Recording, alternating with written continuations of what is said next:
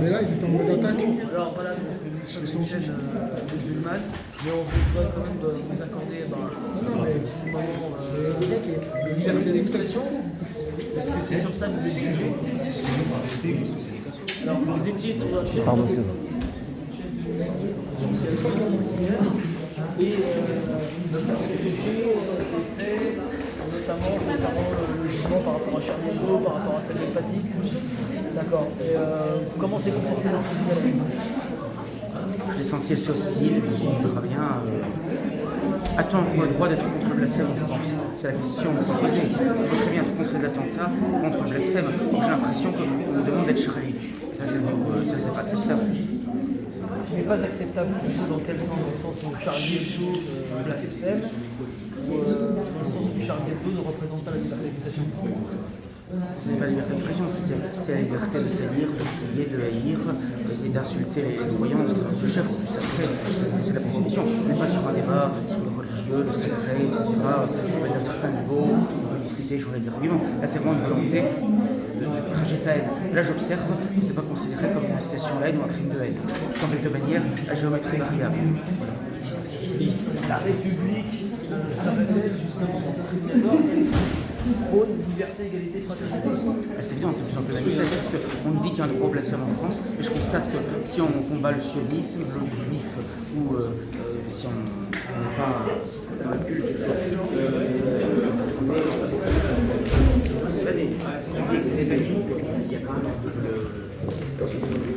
Beaucoup d'avocats. Le rédacteur en chef, toujours le rédacteur en chef du hebdomadaire. Pardon, là. C'est un hebdomadaire, oui, je suis toujours, depuis une quinzaine d'années déjà, j'en suis fier. Cet hebdomadaire est toujours disponible. Oui, il existe toujours en kiosque et sur abonnement, même si en kiosque on a été chassé d'un grand nombre de supermarchés, de magasins, du fait de la persécution que nous subissons.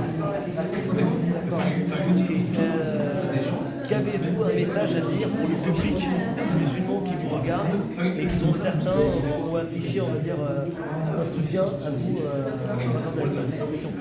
Quel message allez-vous apporter vous en tant que chrétien catholique? D'abord, je remercie les animateurs de Radio Principe, très sympathique, je les remercie. Je suis un peu ennuyé d'ailleurs de mettre bien mal de dans cette situation, je suis même jugé. Et s'agissant du public, je considère qu'il faut toujours dire la vérité, toujours résister avec ses convictions, avec sa conscience, faire le bien, éviter le mal, et résister à toutes les formes d'oppression, et de garder au cœur l'espérance, le courage et la foi. C'est bien pour courage, monsieur Bourmont. Merci beaucoup, merci beaucoup. Moi, j'ai une petite question. Rapide. Bonjour. Vous faites appel à l'histoire dont vous analysez, en l'occurrence, Saint-Louis. Oui. Pouvez-vous développer un petit peu? Saint-Louis, c'est le modèle du roi chrétien, et j'avoue que c'est un peu mon modèle politique. Il était formidable. Voilà, il rendait la justice sous son chêne, et il était sans concession vis-à-vis des ennemis de la foi catholique. Voilà. Oui, mais pourquoi vous le faites intervenir dans un procès comme ça? C'est parce que dans les propos qui étaient incriminés, j'évoquais Saint-Louis. C'est pourquoi j'en ai repris. Parce que ça faisait partie des propos pour lesquels je suis poursuivi. C'est pourquoi j'en ai Je vais poser la même question à tout le monde.